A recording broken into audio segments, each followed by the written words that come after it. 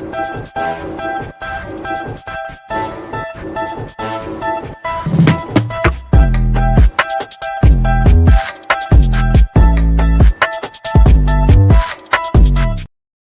everybody. Welcome to NLL Lacrosse Talk. I'm Gary Groob. With me is my special guest this week, Brett Manney, former NLL player. Great to have you on the show, Brett. Thanks, Gary. Like the jersey in the background. I figure you would. I got Doyley's jersey from the San Jose days, so it's a little Love collector's item. Love it. Mind you, I've also got you a Wings cap from your era over my shoulder as well. That's iconic.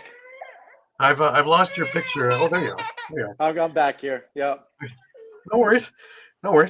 My first question is always that we ask everybody is, how did you get involved in lacrosse? What got you started? My sister, she was 2 years older than me. She did. She was a freshman in high school, and I had no idea what lacrosse was. And she ended up playing in high school. And my dad, I have a twin brother, so he kind of asked me and my brother if we wanted to play with her. And we would have catches and everything like that. And then kind of one thing led to another. I started playing in high school, and, I just kind of took off from there. So never really knew what it was until 7th grade. And then from there, kind of like the rest is history. Right. What made you stay in the game? Just the love of the game. I fell in love with it. I was a 3-sport athlete. And for me, it was just, I played soccer, basketball, and lacrosse, and it was a kind of a combination between it all. So I just think that for me, I was able to incorporate all the skills from soccer, basketball. I played hockey really young when I was growing up. So I just saw it as this plethora and blend of all the different sports together. And I just kind of fell in love with it. Right. What they used to make us do was, because being hockey guys, just to make sure they kept our money, was you had to play lacrosse. It's year round, keep you in shape, but it kept all the rinks going all through the summers too, right? That makes sense. Yeah, especially up there in Canada. Mm-hmm. Well, we had lots of rinks that weren't doing much, especially in the 70s when I was growing up. You went to Holy Ghost. Now, when you got there, they had just formed a varsity lacrosse program. Let's talk about that a little bit. Yeah, it was in its infancy for sure. When I got there, it was 2000. I think the program was maybe 7 years old at that point in time. So we really didn't have much of a program or history, and no kids went to play Division I lacrosse until I did. So it was just very young. For most of my years there, I had a young coach, a guy who was basically 24 to 26, and there was a lot of learning and developing, and we were okay. I mean, we had some athletes, but no one that really had a ton of lacrosse experience. And to be completely blunt, it was my third sport. I was a much better soccer and basketball player than I was lacrosse, especially in high school. Lacrosse just offered me the most growth and potential when I graduated from Holy Ghost. And, I just felt like that there was at its infancy, and I just wanted to make an impact. And I was just fortunate enough that I got to play with my twin brother and a lot of my really close friends. So I was just fortunate in my time there and tried to do as much as I could in my 4 years. Sure. Now, you went to University of Delaware. Let's talk about that. How did you get involved with the University of Delaware? Were there showcases? How did this all happen? Yeah, it was different really back then. I mean, I didn't play for a club because, like I said, I was a better soccer and basketball player. Mm-hmm. So for me, I did soccer and basketball really in the summer, and I was doing a lot of those camps. And then lacrosse, I would do these random, 1 or 2 or 3 day showcases. And that's when colleges really started reaching out to me. And, I got, multiple letters from Delaware, and I got to visit the school. Back then you could do official visits, and you used to be able to take 5 of them. And for me, it was Delaware, Fairfield, Navy, Notre Dame, and Bucknell were really my 5 schools. And then I kind of narrowed it down to Delaware. But it was funny. I told the head coach at the time, Bob Schillinglaw, that I wasn't going to commit to any school until I was done my senior year in basketball. Right. And we ended up making it to the state championship. So I didn't commit to Delaware until April of my senior year. And at that point in time, I think I was probably our last kid. But it ended up being extremely rewarding for me. Right. Let's talk a little bit about the Delaware years, because you had a really good career there, and the team did really well. You made its only trip to the Final Four in 2007, which was also played at Lincoln Financial. So good hometown deal there. Yeah, it was quite the year that year. I mean, we had a very good program in all my 4 years there. Um, my first year we went to NCAA tournament. The second year we lost in the conference championship, and then the third year we made the run to the Final Four, which had some really good guys like Jordan Hall was on the team and Curtis Dixon. So, sorry, I'm getting like bombarded by my kids here. It was just an unreal experience. Like we basically we got hot at the right time and we upset Virginia in the first round. Mm-hmm. And then from there, we kind of just caught on fire and did everything we could to be successful. But we were very talented. Like that's the one thing that people don't really talk much about is we had a lot of talented guys on that team that went to play on Team USA, Team Canada. And we just happened to overlap during those 4 years at Delaware. And unfortunately we lost to Hopkins, but playing in front of 45,000 people is something I'll never forget. Absolutely. But you did more than play lacrosse while you were at Delaware. You actually were doing broadcasting and broadcast journalism. This actually plays into a lot into where you are now. A lot when you were doing the MLL thing. Let's talk about that. And you were doing ESPN High School, and of course that's gone the way of the dodo. But your time there with ESPN as well. Yeah, it was a lot. I mean, when I was at school, I wasn't just a lacrosse player. I was on the student radio, and I broadcasted the football games, and Joe Flacco was our quarterback. So, we had a lot going on, and I did the basketball games. I just loved to do it. Like, and that was something I wanted to do, post-collegiately, which I got into, and I started covering for ESPN High School and started doing some stuff there, and that kind of led to opportunities with broadcasting and doing the MLL. And I was playing in the MLL actually. And the story, that would happen is there's two new teams in Ohio and in Columbus. And I reached out to the main video guy for the MLL. And I said, look, like I get my kicks playing indoor. Is there any way that I can broadcast for one of these teams? And I made a sales pitch about myself. I showed him my tapes from high school. And basically, he let me do the Ohio. I was the main color guy for the Ohio Machine. And whenever the Charlotte Hounds guy couldn't do it, I flew down to Charlotte. So I just had like a wonderful experience doing that and getting a ton of reps. And I knew a lot of guys from playing professional for so many years. So one thing kind of led to another, doing the MLO games from the ESPN. And it's something now that I'm not playing anymore that I would love to get into even more and add value there from like commentating, whether it's the collegiate game or the professional game. Right. Now you mentioned MLL, and of course now we've got PLL. But during those years, you were drafted by the Washington Bayhawks in 2008. Let's talk about that because now you've hit the the pinnacle, so to speak, of lacrosse, at least for a U.S. guy. Yeah, it was It was interesting. I definitely I knew I was going to get drafted from what my one assistant coach was going to say. I just didn't know when, and it's not like I was doing anything special or sitting around in my college apartment. I actually went to a Phillies game with one of my roommates from Delaware, and I got called that I got drafted, and it was a little frustrating to be honest. Like the first year back then, I was a short stick defensive midfielder, so you could only dress 3 long poles. So what they were doing was they were basically allowing every guy who was a rookie defenseman, like a long pole, they were giving him a short stick. And so I played the very first game I could have, and I missed my graduation. So I got drafted on a Wednesday, and then I ended up playing in a game that Sunday. And then after that, I didn't play a game for a month and a half because they were giving everyone else opportunities to play in games. So that was kind of frustrating. And then we started to stink. So my experience there was very up and down, and it kind of soured me a little bit. So actually I took 1 or 2 years off, and I didn't think I was going to get back into playing pro outdoor again until Dave Cottle joined the staff and became a GM. They moved the team to Annapolis with new ownership and kind of convinced me to start playing outdoor again. But it was an experience that wasn't the best, which is, why I kind of stuck around with indoor so long, is I just had a great experience, especially my rookie year in San Jose, and really fell in love with the game. Right. Right. And you wound up playing for Rochester in 2011 before you called it quits with that. But at this time, you've also gotten into the NLL.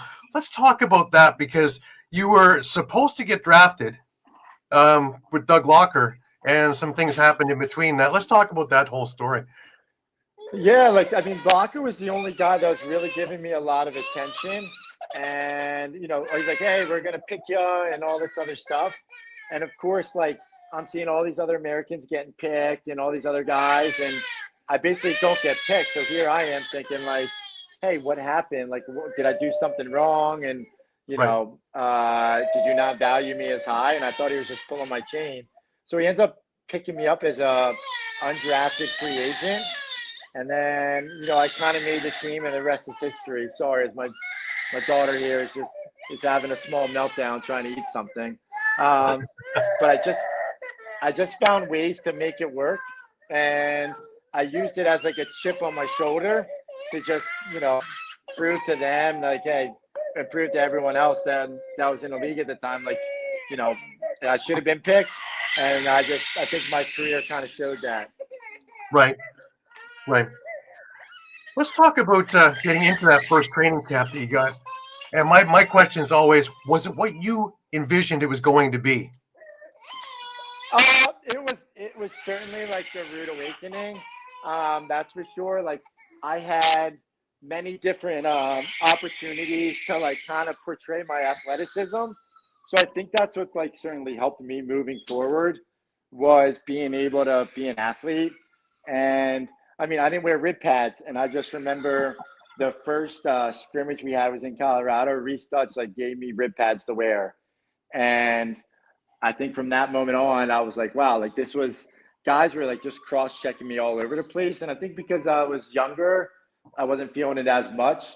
But then I started realizing oh, I need to wear more pads, and I got to be more physical. And for me, what helped was my basketball background. Right. And I was able to be this is how you hedge your pick. And it just became natural to me, where they just were telling me Brett, it's how you play basketball.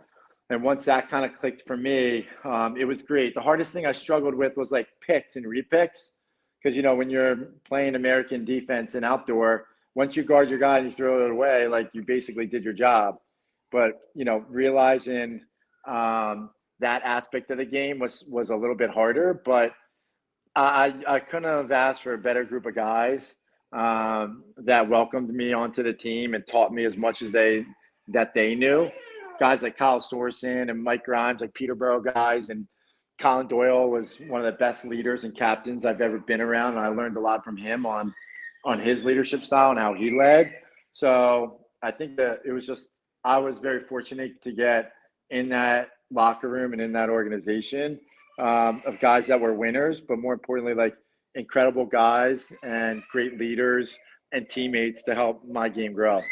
Right. And teachers, for that matter, really. Yep. No, it's astounding, and it shows just how much an athlete you were, because having never played box lacrosse at all, and you're able to walk on to an NLL lineup, that's pretty impressive. Yeah, I think my best assets was my athleticism. I'm 6'3" and 215 pounds, but I was able to use what my tools were in basketball and soccer and just the natural gifts that I had, to be athletic. And for my size, I can move pretty well. So being able to combine all those things is certainly an advantage. And it was something that certainly helped me the first couple years. But as I got older, I had to rely on smarts for sure. But the athleticism was one part, and then I just tried to soak in as much as I could from my teammates so that I could be, a great defender and learn as much about the game from them other than just one-on-one defense. Right. Now, San Jose originally had some pretty good attendance, and then it faltered. It wound up being you guys and whichever custodial crew was in there for the evening. Yeah. But you guys move. You guys wind up going to Everett, Washington. Let's talk about that. How did that come across? Was this like the old style of here's an email? By the way, pack up your stuff. We're now in Washington, or did they actually let you know what was going on? No, we had like inklings that we were going to move, and then basically, and this was a lot was from talking to Doug Locker. Okay, there were proposals getting put on the table, and from what I can remember, I think one of the places was Redding, California. Another place was outside of Vancouver was Langley, where they eventually went, and then there was Everett, Washington, and basically everyone kind of made pitches on what they wanted, and then we moved to Everett, which is about 30 minutes north of Seattle, very blue collar town, but the arena was incredible.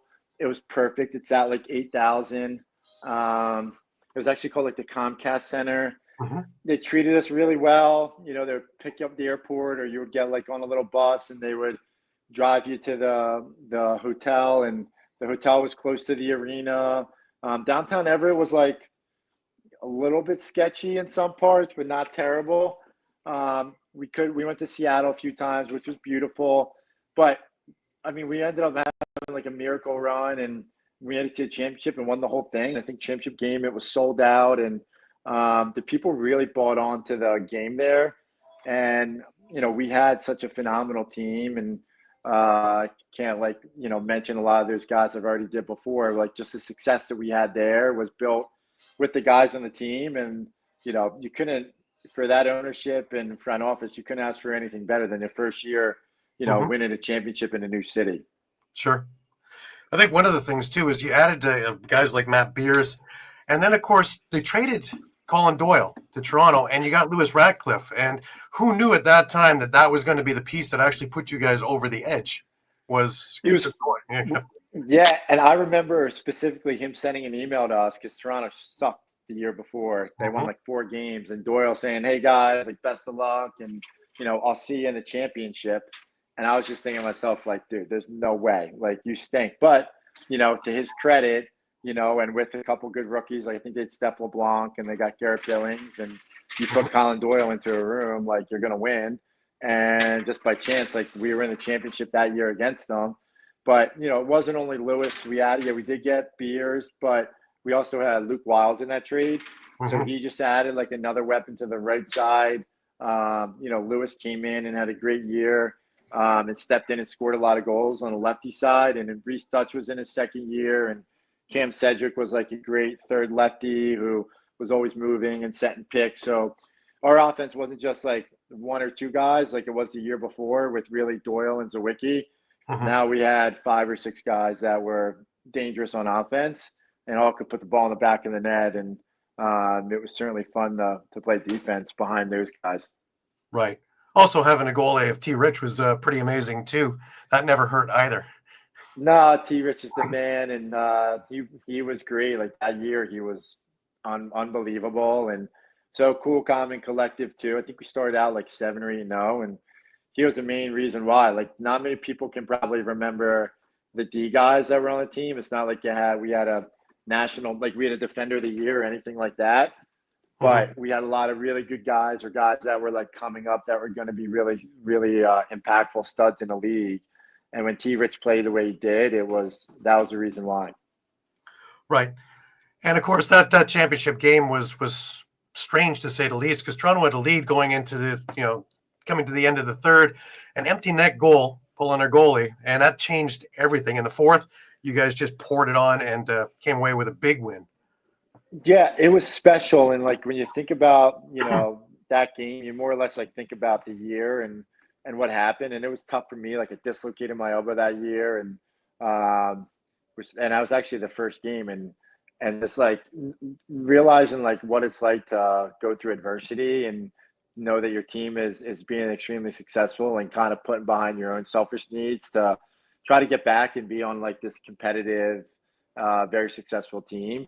So for us to do that, and for me personally, to be part of a team that went to the championship, and like I said, Gary, it was, that place that night was rocking, and to be able to do that with that group of guys was special. And it was one of those things that, as I played in the league and got to see Curtis Hodgson coaching, with Vancouver, and seeing T. Rich coaching and some of these other guys making impacts, Yep. once their careers were done, it was certainly special because, those are lifelong relationships after you can host a cup together. Right. Now, the grind of going from Philadelphia cross country to Vancouver obviously wore on you. Yeah, that's the reason why after that year we won, I don't demand, but I just asked, like, hey, could you trade me East Coast, preferably be Philadelphia? Just because it wasn't the year before was actually worse in San Jose because we had connecting. I had to go to connecting flight. At least with Philly to Seattle, I was able to at least get a direct flight. They had direct flights from Philly to Seattle, but it was long. But I was young, and with the Starbucks coffee, I was able to power through it. But yeah, I learned a lot. I read a lot, and I just tried to make the most of my time during those flights. But yeah, at that point in time, I was like, I won. I kind of gave you those 2 years of my life of that commute, and I just think it was best for me to get back East Coast, and that ended up happening with trade with Philly. Right. Now they trade Bob Snyder for you. And now you're back with Johnny Meridian again as a GM. Let's talk about your days with Johnny, because there's always a story. Yeah. Johnny's been on the show a few times, and I have I have a good relationship with him over the years. So. The Gyps is a classic. I didn't know that his nickname. I thought like everyone kind of knew his nickname was Gypsy. And my rookie year, I remember on the bus going to a game in Colorado and seeing a bar that was called Gypsy and pointing it out, and I just think. Doyley got like the biggest laugh out of everyone once I pointed it out to him on the bus. And then the second story I have about him is we were playing our last game of the year was in Minnesota, and the week before we lost, so we were out of like the playoff contention. And the week before, I also like busted my nose. I got 7 stitches in it, like massive injury. It was like even during the week, I had to like a plastic surgeon looked at it and all this other stuff. And everyone's like, hey, like we advise you not to play, shut it down, especially since, you're playing a physical sport. This could happen again, And so here I'm thinking, all right, there's one more game. They're not going to dress me. Like I'm getting shut down. And Johnny calls me on like Wednesday or Thursday. Hey, and I have 7 zippers in my nose. And Johnny goes, hey, Brett, I think we need you this weekend. A couple guys are sick and blah, blah, blah. And can you fly out to Minnesota? And I'm like, sure, like just being a teammate, I'll be like, hey, I'll be there. My now wife, probably girlfriend at the time, probably wasn't too pleased. Sure. But we fly out there, and here we are. Like I said, it was our last game. We're done. So it's Friday night. We're all in the hotel, and just by chance, this hotel had like karaoke. So guys are like, like we can let our hair down, and we're not going to go wild, but we could have a beer or two. So guys are in there, hanging out. Karaoke comes on, and I just pick Fleetwood Mac Gypsy with Gyps in the bar, and everyone just loses it. And I start singing it to him and serenading them, and he was a good sport about it, but it was one of those moments where you're just like, oh, this is pretty epic between your coach and GM and a player and the relationship. And I was like, well, if you're gonna have me play with these 7 stitches in my nose and a mask that like reflective mask that I was gonna get chirped at, well, just let me sing Gypsy karaoke for you.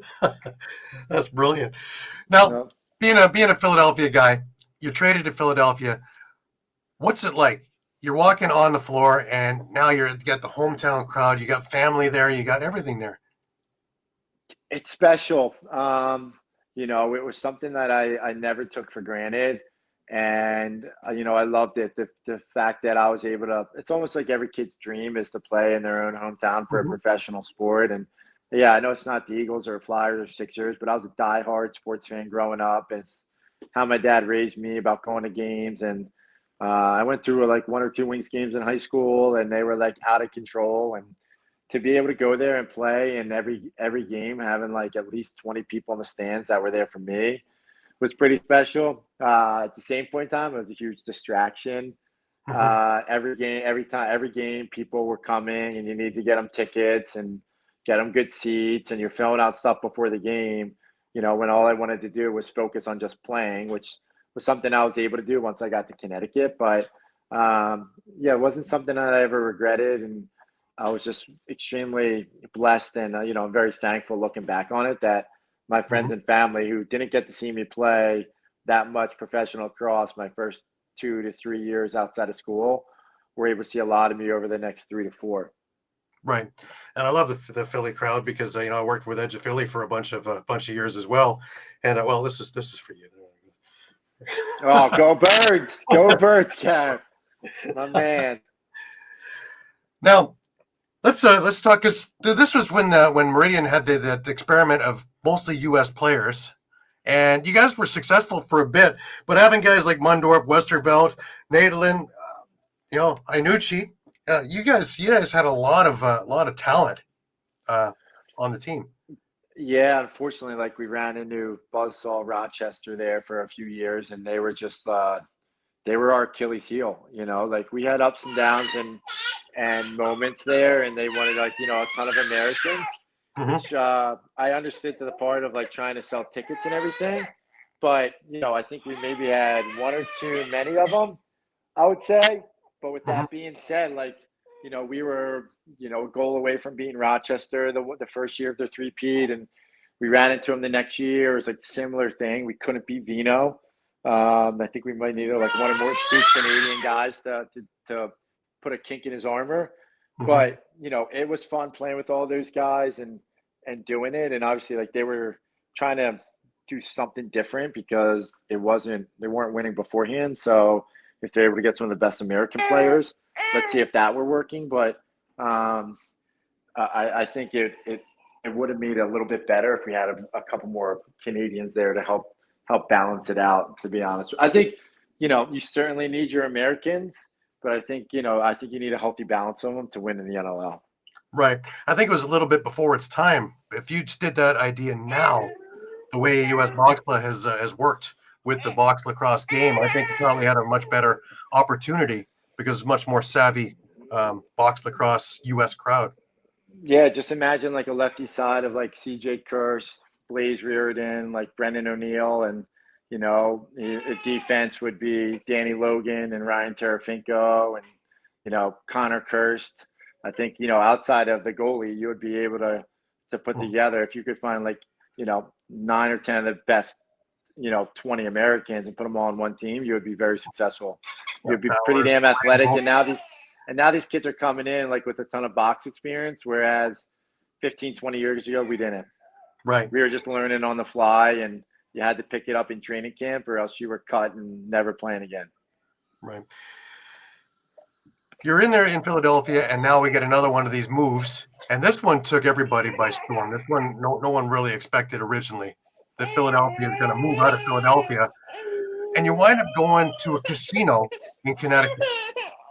Let's Yep. talk about Rich Lisk and the move there and everything and how that was explained to you. Yeah, that was wild. That one certainly caught me off guard. We talked about the move with San Jose before, and then this one. He called me up and said, we're moving and we're going to go to a casino. And my first impressions were like casino in Atlantic City, which are kind of like trash. And then, the first time I get to the Mohegan was like beautiful. And I just couldn't believe the impact that it had on the community and how nice the casino was. And the fact that they just welcomed us with open arms. So, playing at the Mohegan, if you talk to anyone, was like a special experience that, we all loved and wish that they got a team back, to be honest with you. Right. They had a built-in home field advantage as well with a smaller field, one, and two. The game that you played was a Sunday afternoon game most of the season. Yeah, we had smaller rinks, different boards. We would play sometimes Sunday afternoons. So we had the best home field advantage. And as I got, older, I loved it. You could crowd on guys. You could be right on top of them. They didn't even know like you were doing that. So our pressure defense was to our advantage at times. And the ball wouldn't come back as hard off the boards. It would die. So there were certain like little intricacies of the floor, which made it better for us and a huge home floor advantage. Like I bet if you looked at our wins and losses, there was a lot more wins than losses that we had when we played at the Mohegan. I believe that. And Glenn Clark, he built something really special over the years there, because you take a look at the players that they had with you, and you're talking about Kevin Crowley, Garrett Billings, Brett Bucktooth, Tyler Digby, Sean Evans, eventually Callum Crawford. You had Matt Spanger for a bit, Riley O'Connor, the Buchanan guys, Jay Thornbear, Colton Watkinson. You had Doug Jamieson, who was young and just developing into the goalie of goalies that he's become. These are all huge pieces into building it, and it culminated, ironically, in the COVID year, a year where I thought that was your year to win the championship, and of course the world shut down. Yeah, two big things which kind of put us over the hump was one, Glenn Clark. The first year we didn't have him, and the next year he came in and just totally shifted the culture and philosophy. And he brought in Jim Veltman, who led to a more freestyle play on defense. And, we kind of just took off from there. So that was that. And then they made a trade for Sean Evans. And it was the first time, we had like a superstar. Even going back to my days in Philly, we had really good players, but not a guy that, hey, this guy's going to give us easily 100 points. So when we got Evie in there, like that's when we started winning with the combination of Clarkey and all the other pieces. And I think just from there, it was pretty special in that 2020 year. Like, I'm so connected to a lot of those guys on that team because, that was our year to win. We just had all the pieces and we were clicking, and then COVID shut the world down. Yeah. Yeah. And of course, you also had a little known guy little small guy, Bill O'Brien. What a fan favorite he became. Yeah, Bill certainly, made his presence known and got a little viral fight, and such an awesome guy that actually wasn't looking for the fights until he had to do it, and then it kind of came to him. So he was certainly a guy that was, a fan favorite and just a super guy. Absolutely. Thurl and I, we go back a ways too. Actually, one of our writers at All Lacrosse, Muffler Mike, he became a huge fan with his wife during your time over in Connecticut. Let's talk now, of course, another move. After COVID, you move to Albany, and the team's already been in Albany once. What was it like going into Albany the next time into MVP Arena? That was weird because we were just coming back from COVID. So now, like, you still have to deal with the mask, and they were strict on what guys were doing and where we were going, and you were still trying to like figure your way. And we lost a lot of guys that year, like Steph LeBlanc left, and he went to go to Halifax, and they made like a couple moves there that year. So Callum left, for example. So Kevin Buchanan, they didn't re-sign him, and a couple of D guys. So we had a transition period in Albany, and I think that like that area too, like kind of had to learn the game again and figure out what it was. But I loved Albany when I was there, like just the commute and the guys that we had on the team. And we still had Glenn Clark, so that's what really mattered and what helped make us, really successful. Right.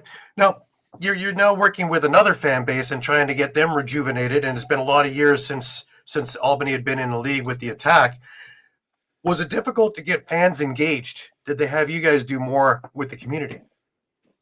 They tried to have us do some stuff, but at the end of the day, it was really like, it was tough because of COVID. They didn't want us around like a ton of people. They didn't have like post-game session. It wasn't until, the end of that season where they could have us meet season ticket holders and do stuff like that. So I just think it was tough for them that first year because of some of the restrictions, that was in the state of New York. And they tried the best they could. And we were good. We lost to Buffalo that year by, I think it was 2 goals, like 8-6. And that was the first year they won the championship. And I just think, we were just that close. And I think it was like 3-2 at halftime to a team that had all that firepower. And then, they end up making significant trades after that year, which totally changed the dynamic of the team to kind of what it is today. But, the guys that were on the team, Joe Reseteris was still on the team at that time, Riley O'Connor, Andrew Q, John LaFontaine. I mean, we had some awesome guys that I just loved being around. Right. You had a year in which really was the character development year because of all the injuries that you guys took. And what it did was it actually gave a chance for a lot of guys who might not have had an opportunity to get in there and really, really run with it, and which led to last year's really great explosion on the scene, should we say? Yeah, That was your final year in on the team.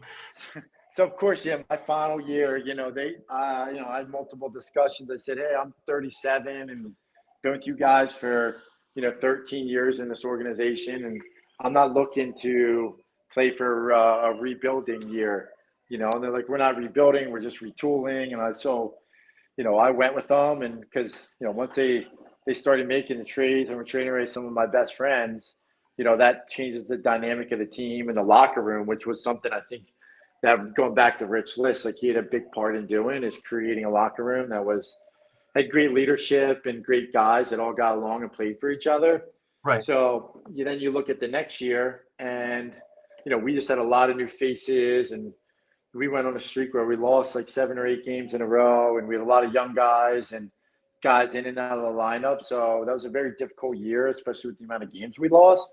Mm-hmm. So I just think it came to a point in time where their success last year was a result of some of those guys going through their trials and tribulations the year before, which ended up being my last year. And that paying off and having success, and they got high draft picks and able to get Simmer and Kurtzy and eventually Dyson Williams. So, I think, I'm just very happy for those guys that are still there, the Mike Burns, the Jackson Ishimiras, Waddy, some of those guys I'm still really tight with that are still on the back end, and Dougie and, Patrick Kashock, like what they're able to do now in the team that they have is like, they're a legitimate contender now for the next 5 to 10 years with the youth and now a little bit of experience they have on the team. Absolutely. And probably the best guy that they could choose to take the C over for you is Colton Watkinson, one of the greatest all-around players, but also one of the greatest character guys that I know. Yeah, we'll talk about like just the growth in Waddy's game, and he came into the league like a young athletic kid, and it was like, hey, like you could get the ball and beat guys down the floor and score in transition. And, now I look at him where he's more well-rounded, and what a great defender, and leading guys and showing guys the right way to play. And you kind of see that out on the floor. And I'm just extremely happy for him, because he's worked really hard to get there. He's kept himself in great shape, and he's always done the right thing. It was just about maturing at the right time and always getting better. And, I could say that about Waddy, is that every year in the league, he just got better. Right. And, there's no better, accomplishment than when you're playing a team sport and you get to put a C on your chest and everyone looks to you to lead. So, I was just very happy for him being able to accomplish that. And, like I leave, there's no trimming of the, I was saying, hey, you trim the fat. The next thing you know, Waddy takes him to the championship. So, his first year being able to do that just shows the impact that he can make on that team and that franchise. And, he has him going in the right direction. Right. Now, 14-year career, all-time American Player Games leader. Was it tough to step away, or was it just, that's enough, I've had it? 100%. Like, it was my identity, Gary. I mean, all those weekends from November to May, and what made it hard was the guys too in the locker room. Like, I just also really enjoyed like practice. Like, I was a competitive guy in practice and would challenge guys, and would challenge myself too. And then afterwards, being in the locker room and telling jokes and talking about your week and eating dinner with the guys and catching up. And it's funny, you go as a 22-year-old that has no idea like where to put your money in a savings account, or what a stock market fund is and everything. And then now, you're 36, 37, 38, you're telling those younger guys like how to maybe invest their money, and how to get upgraded on to first class on seats, and what to do when you travel. And I knew every city I went to, I had my breakfast spots, my lunch spots, my dinner spots. And so you certainly miss, most importantly, like, it's just the guys. And I loved competing, but I just miss actually the practices of competing with and against my teammates, that getting us ready for the next day, and the shoot arounds. And just when you're in a locker room, there's so many things that it can't be said, even after you leave. but just Yep. the busting of the chops with guys and assistant coaches. And, that's just who I am. Like, I'm from Philly. So I don't make it easy for people, on and off the floor. So I think I kind of just who I am and the way I kind of raised, and anyone that's from this area like kind of knows that. So I miss that part of just the daily relationship that you have and the competitiveness of playing. Right. Now, I was lucky enough to be in attendance when they had the ceremony for you retiring your jersey and that. Let's talk about that. I thought the team did just an absolute class event for you. Yeah, that certainly caught me by surprise. They reached out to me in the beginning of the year and said, "Hey, pick some dates that we want to come and have you come to a game and bring the family and honor you in some capacity." And for me, it was, I just thought like, "Hey, have me come on the floor and give a quick high five, like, quick high five to the guys," and that was it. But it turned into the presentation that they did, and they gave me a whole room on the first floor. At the time, my daughter was young and my wife was pregnant, and we just let my daughter roll around and gave us seats on the glass. And, then they put that video up, and, Mm-hmm. they had flowers from my wife. They had a gift from my daughter, and, they put that video together. And the whole time I'm like, I'm using my code word not to cry, and just thinking about all these emotions of guys talking, like from Frenchie to LaFontaine and Glenn Clark and Waddy. It just meant the world to me to be able to like experience that, because it's like that Michael Jordan quote, like, the ceiling is the roof. And for me, being like a team player, I never looked at accomplishments, individually and trying to occur any of those accolades. It was always about the team. And I just felt like, when you see that go up, it's such a surreal feeling that you never, I don't think any athlete says, "I want my jersey retired." Right. When you make a list of goals you want to achieve, it's like kind of surreal. Um, and yeah, it was just a very special, classy move by them and that organization and the owners to do that for me, and something that, you know, will be up there until the end of time, hopefully. Yep, definitely. And I was, I took a 6 hour drive to see it, and I loved it. I was felt so special to be in attendance for it because I was able to follow your career through all the years. And it's funny because seeing you even when you were playing in New England and seeing you in Philadelphia, you were still one of the most popular guys at the post game.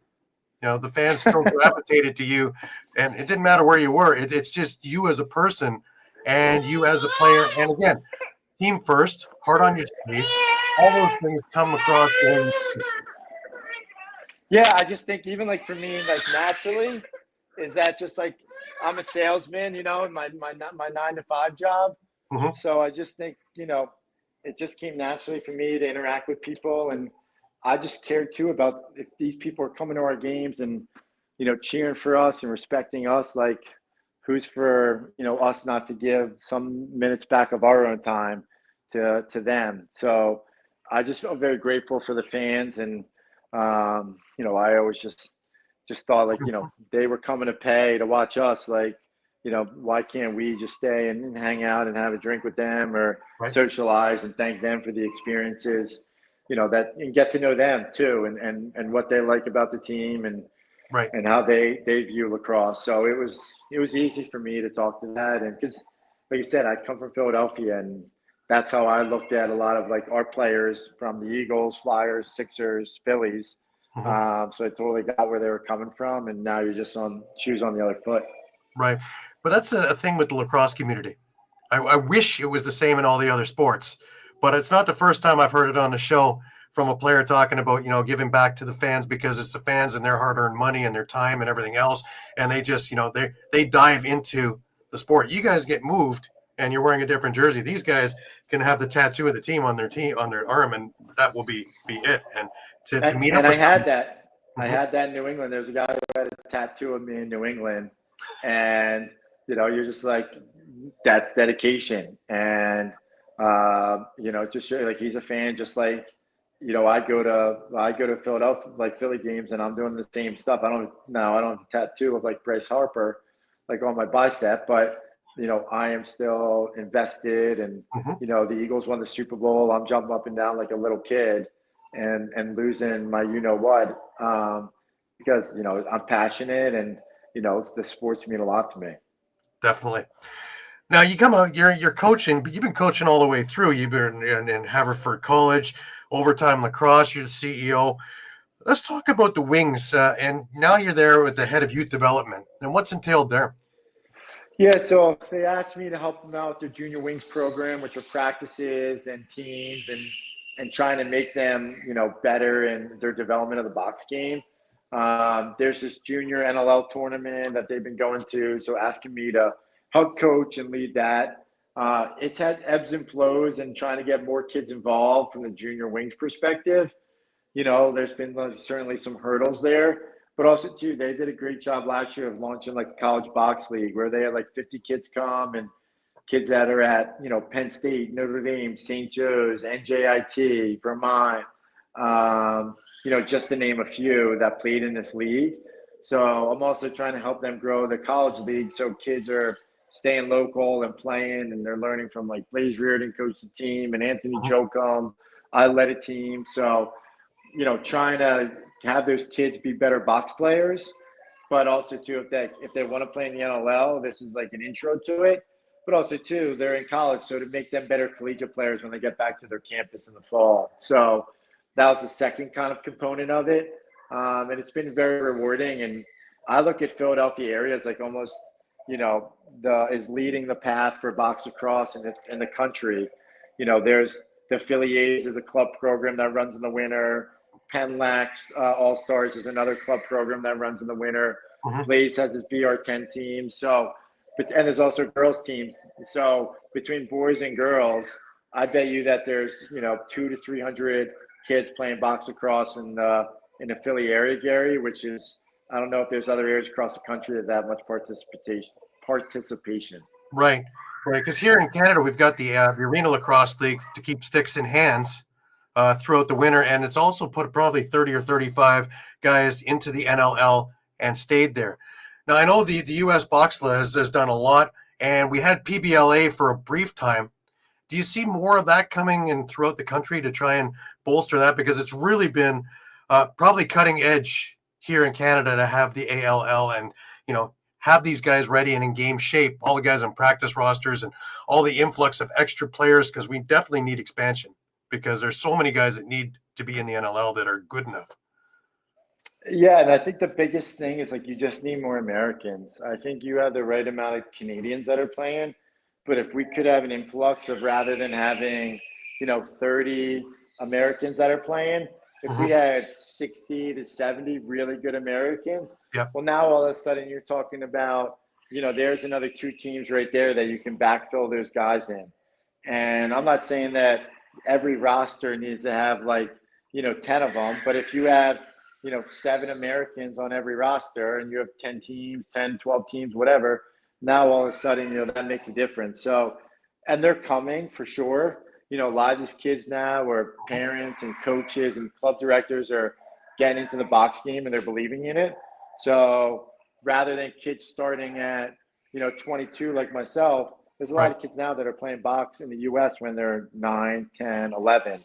And even me having young kids, like I'm going to have them play box first so they get more reps and touches and, they can learn that skill development sooner rather than later. Right. Do you think expansion should be looked at again by the league? Because I know we just lost Panther City, but that's more logistics than anything else. There are plenty of players that really need to be in the league. Yeah, I mean, I think there's certain cities that are great, but it all comes down to financials, right? Like Minnesota was awesome, but they had to pay like 40,000 to play there, and they were getting 8,000 at a game. But I think it comes down to playing in the right barns, actually getting crowds that are there, and someone has to take a risk on it. So if you get wealthy pockets behind it and you're able to do it at the right venue, it can certainly work. Whether it's a Winnipeg, a Minnesota, guys always wanted to do Nashville, selfishly. Just that location where it's at is pretty ideal. Being able to share arena with the Predators and you're kind of right in the middle of things down there. So, I mean, I think it has to be the right place. But, it's not my decision to make. That's Commissioner Fruit and some of those ideas and decision that's on his plate. But certainly, you would love to see it if because you only want the game to grow. Right. The State of the Union.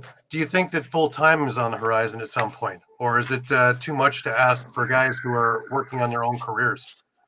Yeah, I think at this point in time, it's still you're looking at least 5, 10 years away, and I would put it more on the latter um, for that to happen. Like you really need big sponsorship money, and you need TV and all that other stuff to make it a full time gig for these guys. Because like guys are trying to do both leagues, and even that's tough enough. Mm-hmm. With some of the union stuff, because not like if you get hurt, it's not like oh you get hurt and never play again, you're fine. So I think that's something to certainly consider. And I hope that in 15 years, it's like what the MLS is now. And I think that's feasible and where there's academies and, you know, you would have thought the MLS would have been as successful as it is now where it was 25 years ago. Right. So if they can just get to being almost similar to the MLS, like that's a home run in my opinion. Absolutely. One more topic before we call it. Olympics. Your thoughts on sixes?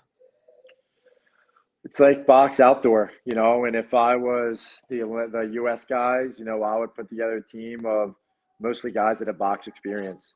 You need to play offense and defense, and it gets up and down. And the best thing about it is why they decided to do it was now all these countries can play it because you don't need a roster of 25 guys. You can have a roster of 12.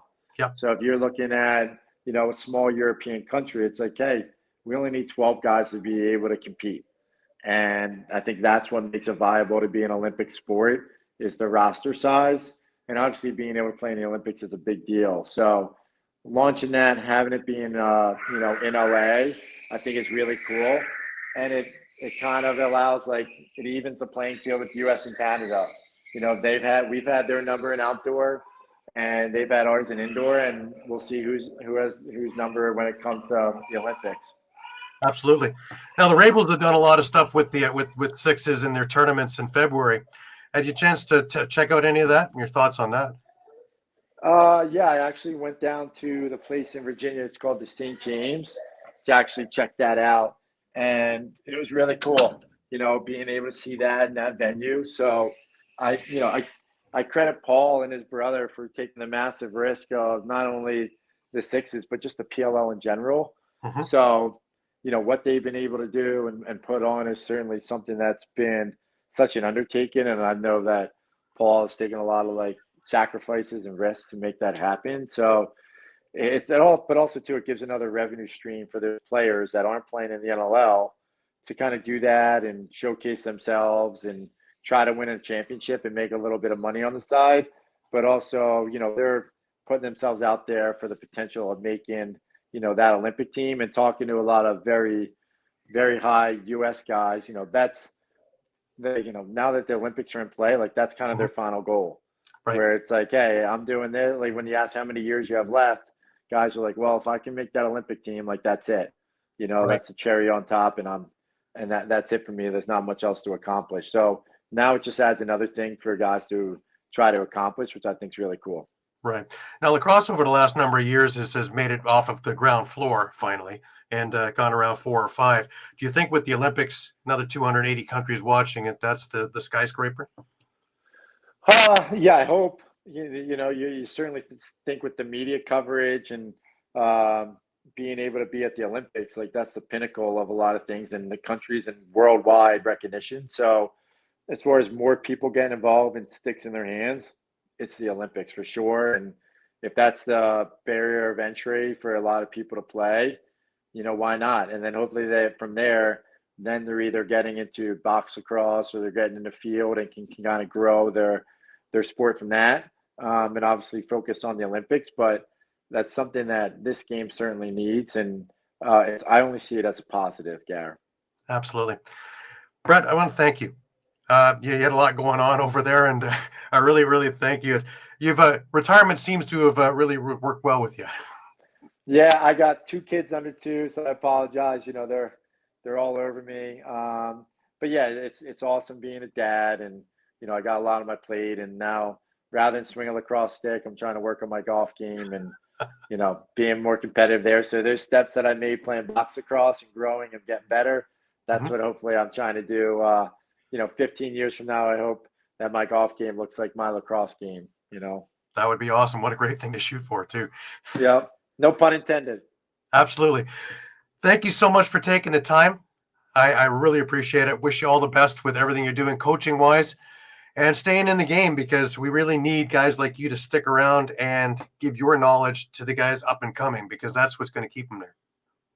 No, I appreciate Gary. Thanks for having me. Yeah, I'm at the Haverford School here, and we have our state championship games tomorrow against our rival Malvern Prep. So we're pumped for that, and just try to keep giving back to the game that's given me a lot. And I appreciate even what you're doing on the media side and trying to get more people involved. So thanks for having me, and thanks for supporting the game. My pleasure, as always. Thank you again. And this has been NLL Lacrosse Talk. I'm Gary Groob.